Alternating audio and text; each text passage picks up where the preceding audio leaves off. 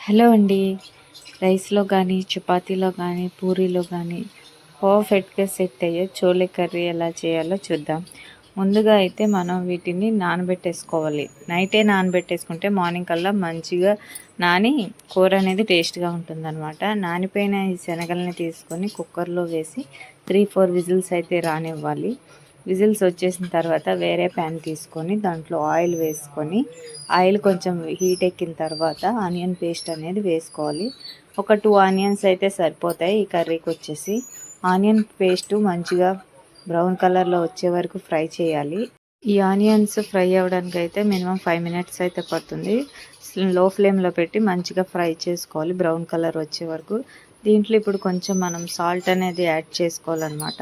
Salt వేసుకున్న తర్వాత onions మంచిగా ఫ్రై అయిన తర్వాత మనం ఇప్పుడు ఉడకపెట్టుకున్న శనగలు అయితే ఉన్నాయి కదా, వాటిని మనం సగం అయితే కూరలోకి యాడ్ చేసుకొని సగం మిక్సీ పట్టుకోవాలి. ఎందుకంటే మిక్సీ పట్టేది కూరలో మంచిగా గ్రేవీ రావడం కోసం.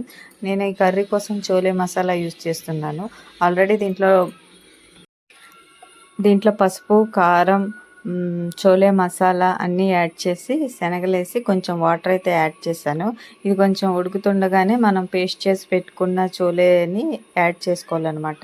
మొత్తం మంచిగా కలుపుకున్న తర్వాత ఒక 5 మినిట్స్ దీన్ని ఇట్లనే కుక్ చేయాలి.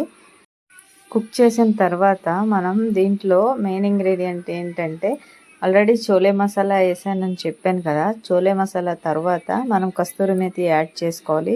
బటర్ కూడా యాడ్ చేసుకుంటే ఇంకా మంచి రెస్టారెంట్లో తిన్న ఫీల్ అయితే వస్తుంది. మీ దగ్గర బటర్ ఉంటే బటర్ యూస్ చేసుకోండి, లేకపోతే స్కిప్ చేసినా పర్వాలేదు.